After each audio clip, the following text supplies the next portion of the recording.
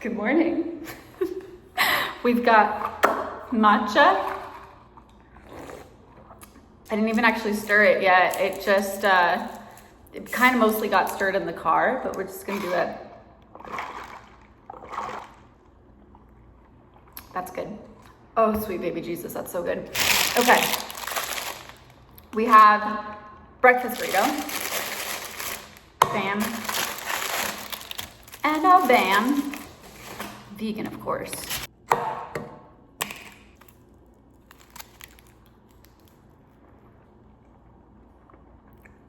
Oh my God.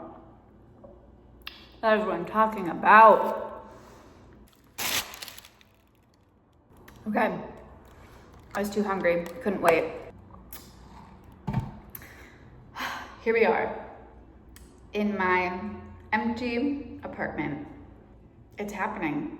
It's happening. I'm getting ready to move. I can't sit here for too long on this video. I do need to be speedy because I need to still sweep floors, scrub, and load a couple more lamps and stuff into the car. But for the most part, we are finished. We are packed. You're sitting on a glass table that is not mine, it is my landlord's, so I don't even have to worry about that part. So I am getting ready to move to New York City. We are doing this on faith, hope, and a mother prayer, truly, because I think my best friend at this moment in time is the only one who really kind of has a gauge on what all of these circumstances are. A lot of other people in my life, they might have bits and pieces of kind of knowing the struggles that I've been going through and how challenging it's been to even get to this point and stuff. But she has seen the play-by-play in all of the video messages that I have sent her.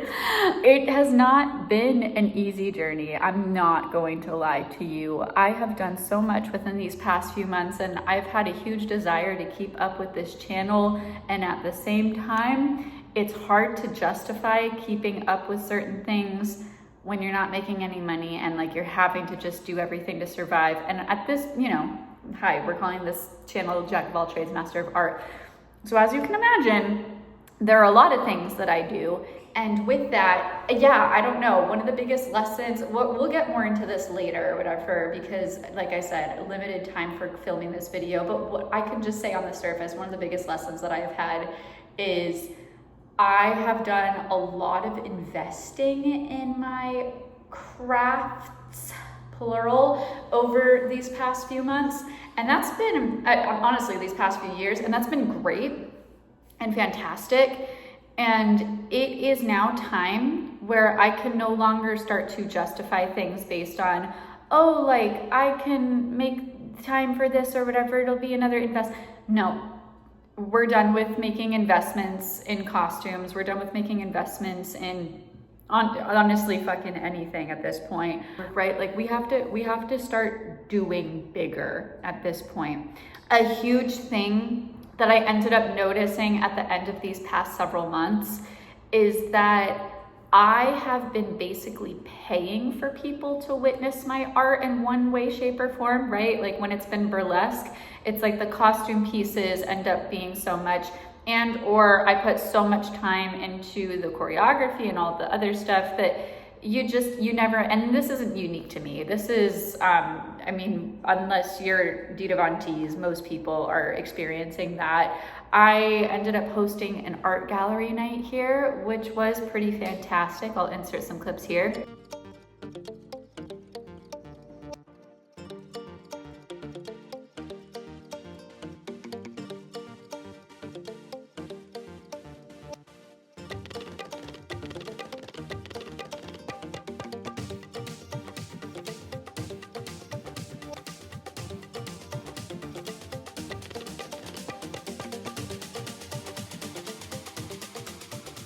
So that was really cool, and I had really wanted to make an entire video about that, and at a certain point I had to let certain things go, and so stopping filming was a big decision because I was like, I would really love to document this journey and everything that's going on. In retrospect, it ended up working out really well in the way that it did though, because there are so many personal triggers and just things from my past that ended up coming up to haunt me in these past several months. And it has been wicked hard to deal with. Like, I don't even think most of the people that were working with me knew even half of what I was actually processing. It was insane. So yeah, to sum it up, I made the decision back in like October, November, whatever, that I was going to be moving to New York. And at the time I was like, we're gonna go in January. And then January ended up becoming February. And then February ended up being like, no, for sure, we can't do this until like April soonest. And there were a lot of factors, you know, when I had thought about doing it more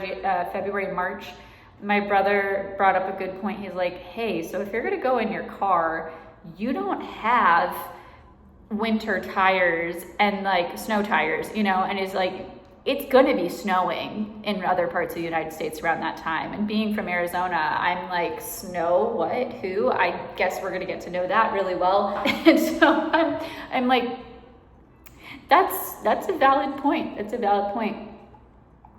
So that's when it became, we're gonna do it late April. Well, my car, of course, ended up breaking down just about a month ago. I've been having to take public transportation in the Phoenix area, which, if you don't know, is absolutely atrocious. Every single time I was experiencing delays or buses simply weren't showing up, I was mad for myself. Don't get me wrong, I was complaining a lot. I was really upset. And also, I was absolutely pissed thinking about the fact that I'm like, I have to experience this inconvenience for about a month, and that sucks. But there are people who live here and they do not have a car, and this is how they get to work. How they get to work on time, I don't know. It's an absolute miracle. There was one time where I had to do one bus transfer, so 2 different buses, 10 minutes from where I live, okay? Trying to get home. Took me 3 hours. It took me 3 hours. And then I ended up having to, you know, call a Lyft or whatever to get to work anyway. It's been absolutely insane. Anytime that I have thought, I've made a previous video about like, you know, having financial catastrophe after financial catastrophe. That unfortunately has not really let up. I've had a couple of months here and there where things have been okay. Like August last year, the worst that happened was I had a $30 overdraft fee, which was nothing compared to everything else that I'd experienced. And then like December, I didn't have anything happen then, thankfully, but I was, of course, you know, spending money on Christmas gifts and stuff. I did the art gallery night, and in concept, it was absolutely amazing. It was super cool. I had some of my stuff on display. I had some of my mom's stuff on display, which she's passed. And you know, her main art form was visual arts. She was a professional artist and everything, and so like it was really cool to be able to do that. And then I had some friends who also brought some amazing stuff. One of my friends honestly took up almost the entire room, which like I was not mad at. I was like, hey, you're filling the space and everything. It's beautiful. I was stressed at first because I'm like, how are we gonna do all of this?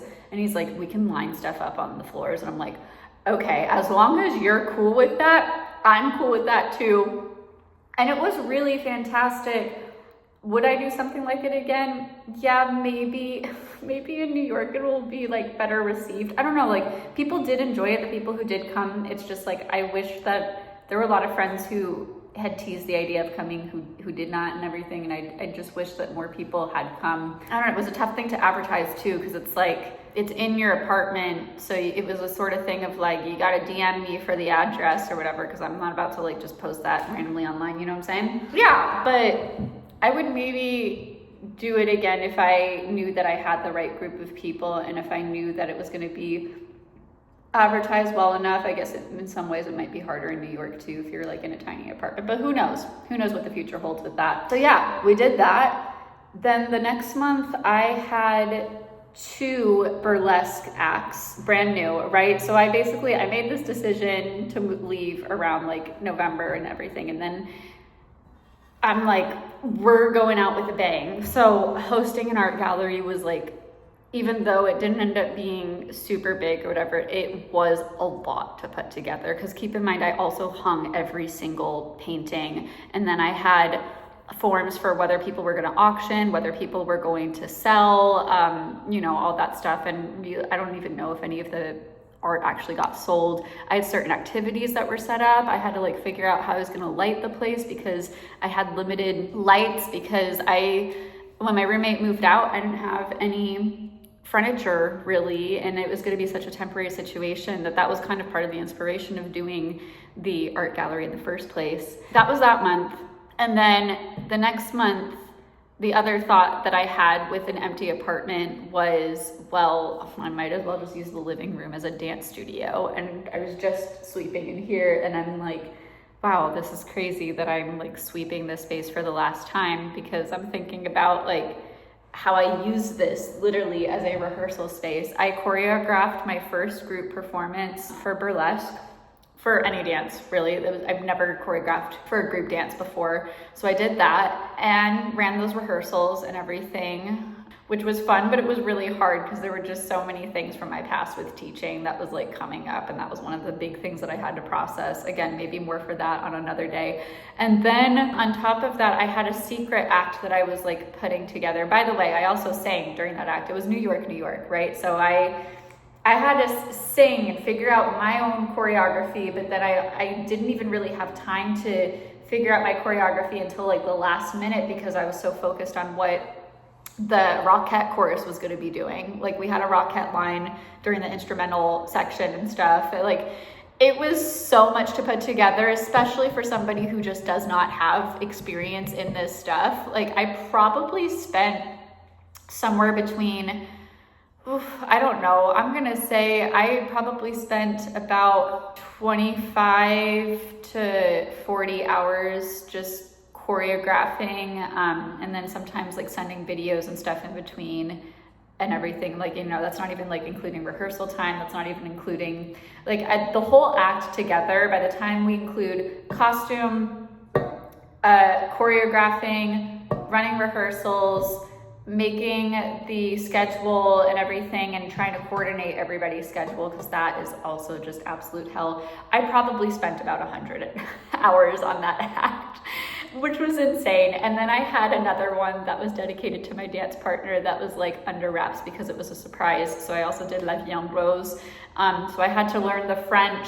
while also going to Tucson for a funeral service and everything. Like, it, you know, so I'm learning the French in the car, right? And I'm just like, you know, quand il me prend dans ses bras, il me protège, you know, and I'm trying to fucking say it all and everything. And then when I do have a minute, I'm trying to look at the IPA and like correct my pronunciation. I'm trying to find videos, because I'm not the best with French or whatever, but like we had to do it as opera singers, so I do have the skills. It's my hardest of like the opera languages, the one that's most challenging for me. Give me German any day. I got the German. The French is harder for me.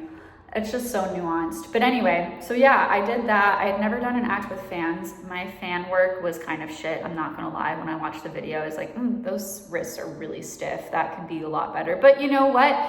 We threw this all together. And then after that, I also, the next month in March, ended up having an entire show of all of my original music, which is something that I also did for the first time. So it was a lot of like, even if there were things that I had done before, like burlesque or whatever, there was so much that was new. I'd never hosted an art gallery. I'd never done fans. I'd never choreographed for a group dance before, ever. I have very little dance background, dance experience outside of burlesque. Outside of burlesque, I have like a few musicals that I've done and like a year of ballet, and that's it. Yeah, and then I was like, okay, I guess it's time to also share my original music and everything. So that was an hour-long performance of like all of my stuff too. How I did it, I don't know, honestly. And the thing is that everybody has been asking me, they're like, oh, what's your plan with New York or whatever? And they all freak out when they're like, what do you mean you don't have a job set up? What do you mean you don't have savings? What do you mean you don't have all this stuff? And I'm like,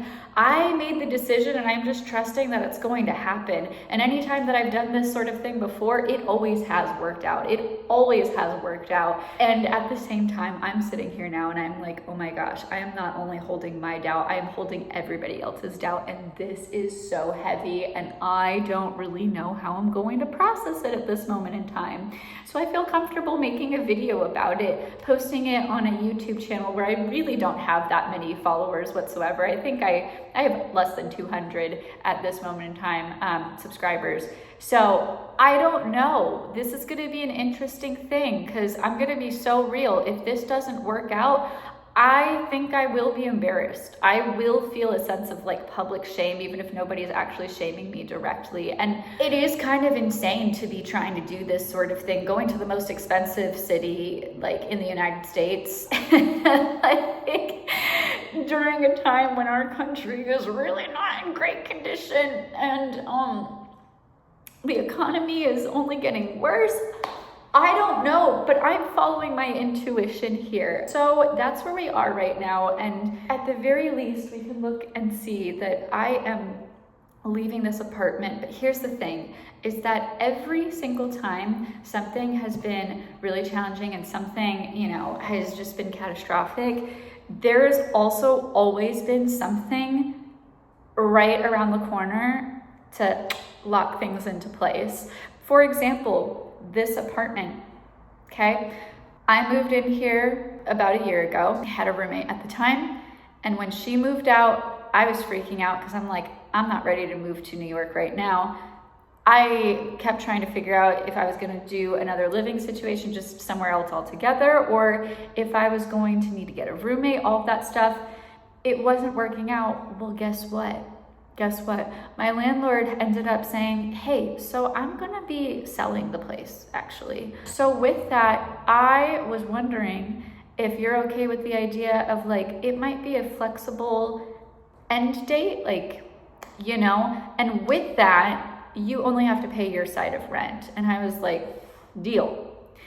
So this place I would have had to pay 2,000 plus utilities. I only had to pay 1,000 in my time staying here.